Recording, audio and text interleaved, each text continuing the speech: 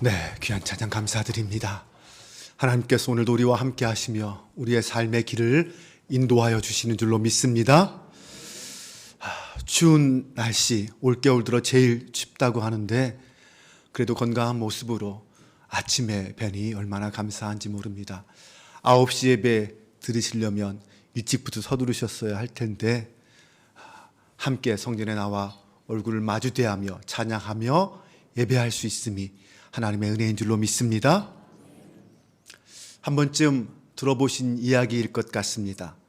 하브 밀러의 하나님과의 연결이라는 책에 이런 이야기가 있습니다. 어느 마을에 교회가 하나 있었는데 그 마을 사람들이 열심히 신앙생활을 했습니다.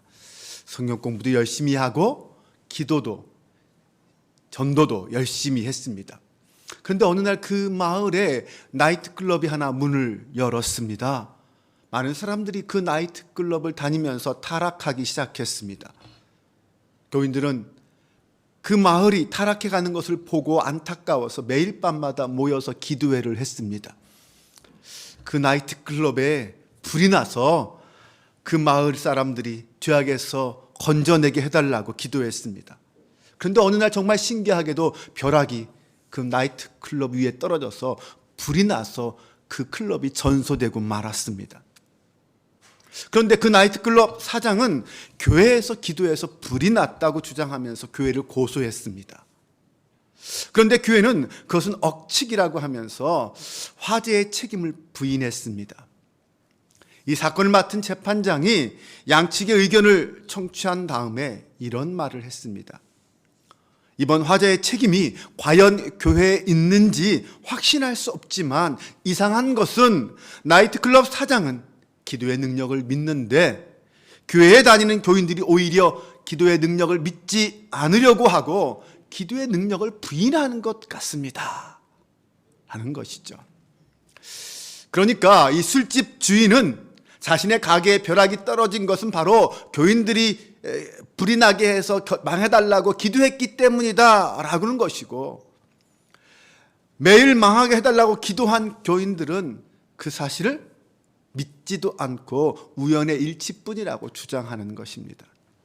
지금 이 저자는 불신자들이 아니라 믿는 자들의 불신앙을 꼬집고 있는 것입니다. 어쩌면 오늘 이 시대, 우리 이 시대를 사는 무늬만 그리스도인 같은 사람들을 비꼬는 이야기일 것 같습니다. 예수께서 오신 1세기의 유대인들은 메시아 대망 사상으로 무장하고 있었습니다. 그들은 구약의 예언의 말씀들을 익히 알고 있었기 때문에 메시아가 오실 것을 알고 있었고 믿고 있었고 기다리고 있었습니다. 하지만 정작 그 메시아가 오셨을 때는 모두가 다 깊은 잠에 빠져 있었습니다. 그 이유가 무엇일까요? 당시의 권력자들은 메시아가 오실 것을 알고는 있었지만 자신이 누리는 이 부귀 영화를 포기할 수 없어서 우리 시대에는 오시지 않았으면 좋겠다라는 생각을 갖고 있었습니다. 당시의 종교 지도자들은 율법과 교만에 빠져 있어서 내가 생각하는 하나님, 내가 기대하는 메시아만 기다리고 있었습니다. 하나님의 생각, 하나님의 뜻은 전혀 관심이 없었습니다. 자신만이 구원받은 믿음의 소유자라는 교만과 자랑뿐만 아니라 그들이 누리고 있는 종교적 권력도 결국 그들의 눈을 어둡게 만든 것입니다. 그들은 믿음이 있었지만 그 믿음은 죽은 믿음이었습니다. 결국 메시아이신 예수께서 이 땅에 오셨는데도 유대 나라는 전체가 메시아를 알아보지 못하고 깊은 잠에 빠져 있었습니다. 동방 박사들이나 들판의 목자들이 천사들로부터 예수님의 탄생 소식을 들었지만 정작 그 소식을 들어야 할 제사장들, 레위인들, 서기관들은 짐작조차 하지 못한 채 잠들어 있었습니다. 그런데 그런 때에 예수님의 오심을 온몸으로 체험한 사람이 있었습니다. 그 사람은 바로 예수님의 어머니 마리아였습니다. 어느 날 마리아는 그의 인생의 가장 충격적인 사건을 경험합니다. 천사 가브리엘이 찾아와서 너가 아들을 낳을 것인데 그는 지극히 높으신 이의 아들이 되어서 다윗의 왕위를 잇는 영원한 왕이 될 것이다 라고 말합니다. 그 말을 듣고 마리아는 과연 이것이 현실인가 믿을 수 없었습니다. 과연 그런 일이 내게 일어날 수 있는가? 그는 도저히 그 사실을 믿을 수가 없었습니다. 그런데 천사의 말을 귀로 들었는지 마음으로 들었는지 구분이 되지 않지만 한 가지 분명한 것은 있었습니다. 천사는 분명히 이렇게 말했습니다. 너의 친족 엘리사벳이 임신한 지 벌써 6개월이 되었다라고 말하면서 너도 너에게 임한 은혜를 받아들이라 라는 말이었습니다. 마리아는 지금 자신에게 일어난 일이 무엇을 의미하는 것인지 조금이라도 이해하기 위해서 그 길로 짐을 싸서 엘리사벳을 찾아갔습니다. 하나님의 섭리와 역사가 자신뿐만 아니라 엘리사벳에게도 일어났다면 엘리사벳을 통해서 그것이 무엇을 의미하는 것인지 조금은 더 알 수 있을 것 같았기 때문이었습니다. 마리아와 이 엘리사벳의 만남은 두 여인의 만남인 동시에 태중에 있는 두 아기의 만남이기도 했습니다. 세례 요한과 예수님의 만남. 이것은 현재의 만남이면 동시에 또한 미래의 만남이기도 합니다. 예언의 만남인 동시에 또한 성취의 만남이기도 합니다. 누가복음은 이 두 여인의 만남을 매우 드라마틱하게 묘사하고 있습니다. 엘리사벳은 마리아의 문안 인사를 듣는 순간 태중의 아기인 세례 요한이 복중에 뛰어노는 것을 느꼈습니다. 무엇인가 특별한 사건이 일어나고 있다라는 징조였습니다. 이 만남은 보통 만남이 아니다라는 의미였습니다. 그 순간 엘리사벳은 성령에 충만하여서 노래하며 예언했습니다. 엘리사벳은 성령으로 마리아의 태중에도 아기가 있다라는 사실을 알았습니다. 그런데 그녀는 그 마리아를 향하여 이렇게 말합니다. 내 주의 어머니여. 태중의 그 아기를 내 주라고 표현했습니다. 그리고 마리아가 도저히 받아들일 수 없었던 처녀의 임신이라는 그 천사의 소식을 순종함으로 받아들인 그 사실을 축복해 주었습니다. 엘리사벳은 이미 임신한 후 지난 6개월 동안 사람들로부터 숨어 있으면서 하나님과 깊은 영적 교제를 나누고 있었습니다. 흥미로운 사실은 세례 요한이 예수님의 오시기를 예비한 사람이라면 그의 어머니 엘리사벳도 예수님의 어머니 마리아를 위해 영적인 길을 예비해 주었다는 것입니다. 마리아는 가브리엘 천사의 너가 잉태하여 아들을 낳을 것이다. 그 아이가 큰 자가 되고 지극히 높은 이의 아들이라 일컬어질 것이요 주 하나님께서 그 조상 다윗의 왕위를 그에게 주실 것이다 라는 그 말에 그녀는 믿음으로 순종했습니다. 주의 여종이오니 말씀대로 내게 이루어지리이다. 네, 그 믿음으로 고백했습니다. 거룩하신 하나님의 뜻과 인도하심 앞에 믿음으로 순종하며 결단했습니다. 자신의 인생을 송두리째 바꾸어 놓을 수 있는 그 사건 앞에서 그녀는 믿음으로 순종했습니다. 하지만 그 순간은, 그때는 믿음으로 엉겹결에 순종을 결단했을지라도 현실은 다릅니다. 정신 차리는 순간 그녀는 자신이 앞으로 무엇을 어떻게 해야 할지 막막했을 것입니다. 약혼한 처녀가 신랑도 모르는 임신을 하였다는 것이 밝혀지면 돌에 맞아 죽어야 합니다. 마리아의 인생에 앞으로 어떤 일이 벌어질지 감히 그녀 자신도 상상할 수 없었습니다. 그렇게 어린 마리아가 앞으로 감당해야 할 너무나도 가혹하고 냉혹한 현실 앞에서 이것을 이겨낼 용기와 지혜를 준비시켜 줄 수 있는 최적의 사람인 바로 엘리사벳이었습니다. 그래서 하나님은 두 여인을 만나게 하신 것입니다. 이 엘리사벳의 집에서 두 임산부는 석 달 동안 함께 있으면서 성령 안에서 함께 태교하며 수많은 격려와 위로를 주고받았을 것입니다. 매일 하나님의 음성을 들으며 묵상하고 영적 교제를 나누었을 것입니다. 그 3개월의 시간이 앞으로 마리아가 헤쳐나갈 30년의 시간의 밑거름이 될 수 있었습니다. 엘리사벳의 환영 인사를 들을 때에 마리아도 성령의 충만함을 입었습니다. 그러면서 그녀의 입술에서는 마리아의 창가라고 불리는 놀라운 신앙 고백이 선포되었습니다. 사람 누구나 자신이 경험한 하나님을 말하게 되어 있습니다. 어느 누구도 우주보다 더 광대하신 하나님의 본체를 본 사람은 없습니다. 하나님의 본질을 모두 아는 사람은 이 땅에 없습니다. 그 위대한 모세도 하나님의 그림자만 보았을 뿐입니다. 그런데 마리아가 만나고 체험한 하나님은 이 세상의 상식과 규칙을 깨트리는 파격적인 하나님이었습니다. 그러기에 마리아는 이해할 수 없었던 것입니다.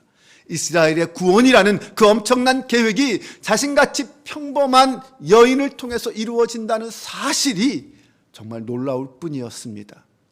마리아가 만난 하나님, 그 하나님은 어떤 하나님일까요?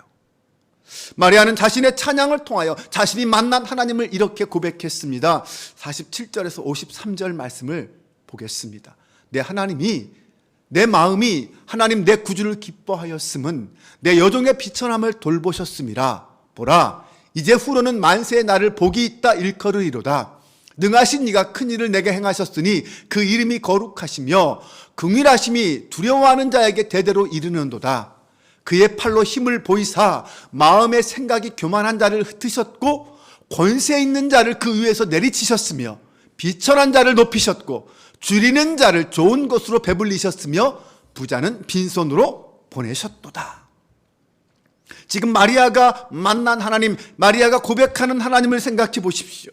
생각이 교만한 자를 흩으시는 분, 권세 있는 자를 내리치시고 비천한 자를 높이시고 줄이는 자에게 좋은 것으로 배불리시고 부자는 빈손으로 보내신다. 그런 하나님이다라고 고백하고 있습니다. 마리아가 지금까지 살아오면서 이 세상 속에서 보고 자란 것이 무엇일까요? 당신은 분명 엄격한 신분 귀족 사회였습니다. 왕족과 귀족, 평민과 천민이 분명하게 나누어지는 계급 사회였습니다. 남녀가 구별되고 부자와 가난한 자가 구별되는 차별 사회였습니다. 아니, 그런 것이 차별이라고조차 생각하지 못하던 시대였습니다. 마리아가 보고 듣고 경험한 세상은 바로 그런 세상이었습니다. 그런데 하나님은 높은 사람에게 임하지 아니하시고 낮고 천한 자에게 임하셨습니다. 비천한 자를 들어서 교만한 자를 부끄럽게 하시는 분이었습니다. 당시로서는 상상하지 못할 일을 행하시고 이루시는 파격적인 분이 바로 이 마리아가 만나고 고백한 하나님이었습니다. 마리아가 살아가는 일상의 현실에서는 언제나 권세 있는 자가, 부자가 승자였지만 그녀의 노래 속에서의 하나님은 그런 현실을 뒤집으시는 반전의 하나님이었습니다. 그것이 마리아가 만나고 경험한 하나님의 모습이었습니다. 이런 하나님에 대한 고백과 믿음이 예수님을 길러내는 어머니의 마음밭에 뿌려진 씨앗이었습니다. 이런 하나님에 대한 믿음의 씨앗은 베들레헴에서의 출산의 체험과 애굽에서의 피난의 경험들, 그리고 나사렛에서의 자라는 동안 그 마음의 씨앗도 자라났습니다.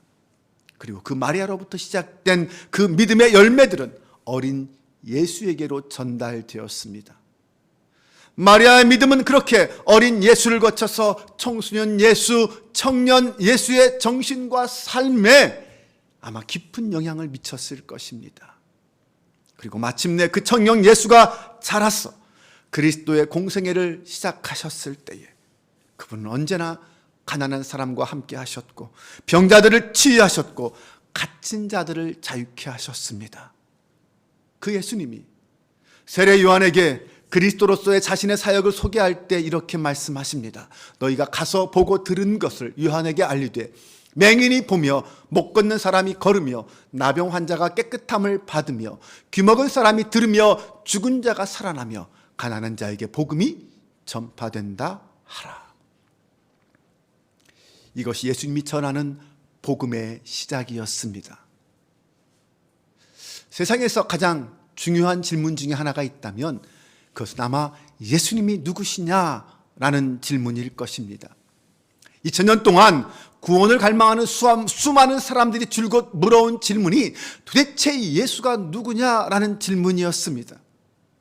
예수님도 제자들에게 물으셨습니다. 사람들이 나를 누구라고 하느냐? 제자들의 대답이 시원치 않자 다시 물으십니다. 그러면 너희는 나를 누구라고 하느냐?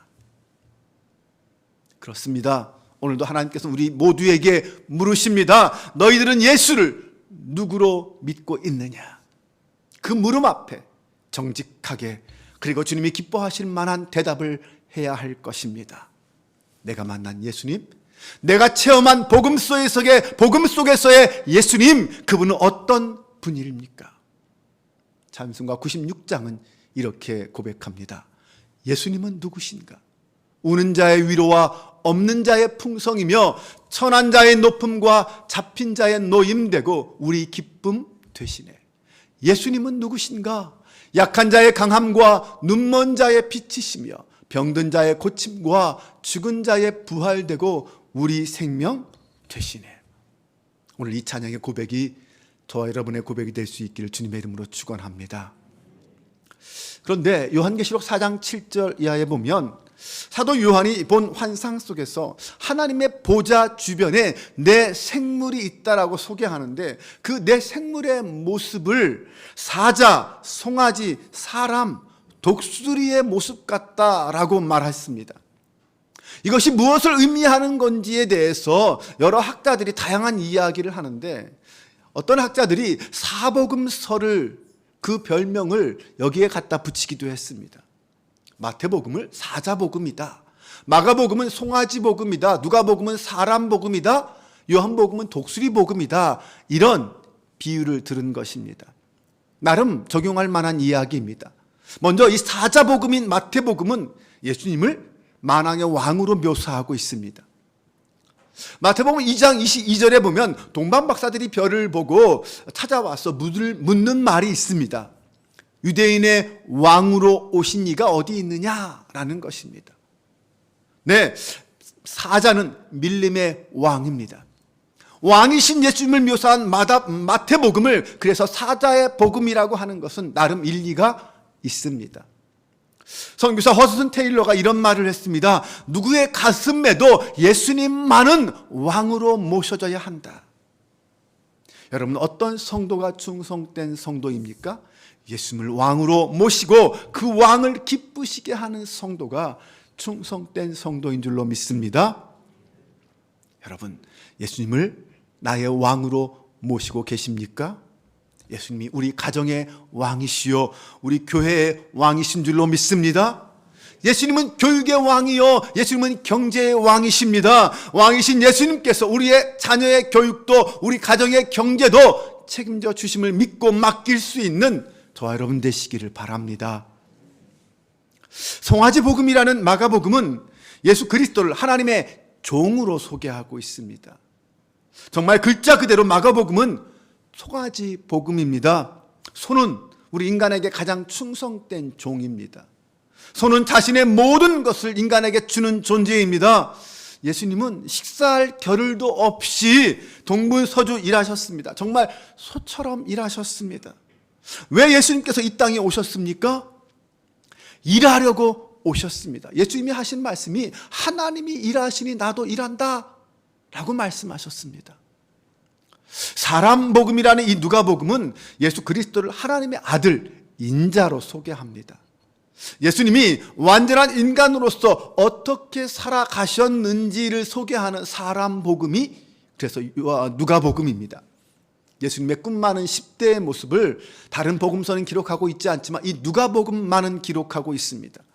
또한 누가복음은 인간 예수의 모습, 우시는 예수님, 슬퍼하시는 예수님, 아파하시는 예수님, 배고파하시는 예수님, 이런 모습들을 기록하고 있습니다. 네, 우리와 똑같이 아픔과 고난을 당하신 인간 예수, 그래서 우리의 아픔과 고통을 알아주시고 우리를 그 모든 죄에서 구원하시기 위해서 친히 십자가에 달려 죽으신 예수, 바로 사람 예수의 이야기를 하고 있습니다. 독수리 복음이라는 요한복음은 예수님을 하나님의 아들로 소개합니다. 예수님의 신성을 강조한 것입니다. 요한은 예수님을 통하여 우리에게 하나님이 어떤 분인지를 가르쳐 주고 있습니다. 성육신하신 예수님을 통하여 우리가 영생을 얻고 구원받는 길을 가르쳐 주었습니다. 요한복음 10장 3절에 보면 영생은 곧 유일하신 참 하나님과 그의 보내신 자 예수 그리스도를 아는 것이다 라고 말합니다. 여기서 안다라는 헬라어는 야다입니다. 이 말은 배워서 안다, 경험해서 안다, 다른 사람과 인격적인 친숙한 관계를 맺는다라는 뜻입니다. 부부관계를 뜻하는 말로도 사용되었습니다.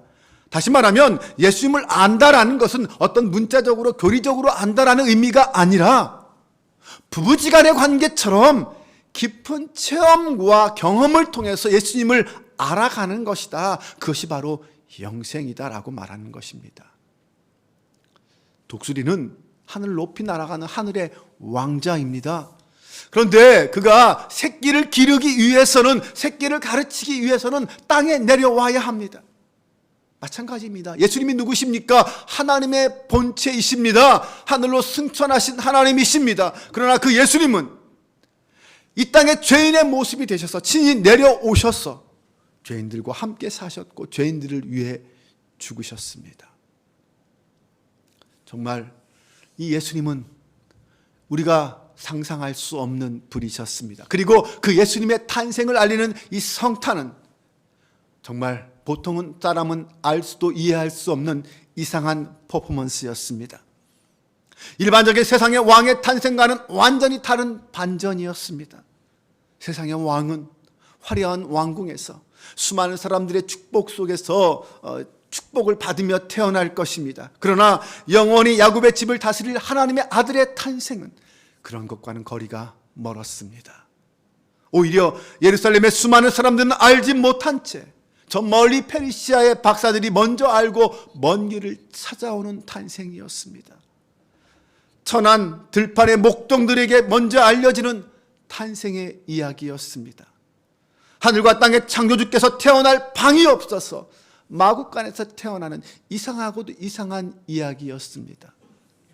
이 기획된 하나님의 퍼포먼스에는 분명히 특별한 이 메시지가 담겨 있습니다. 그리고 그 메시지는 이미 예수님의 탄생을 예비하는 마리아와 엘리사벳의 이야기를 통해서 시작되었습니다.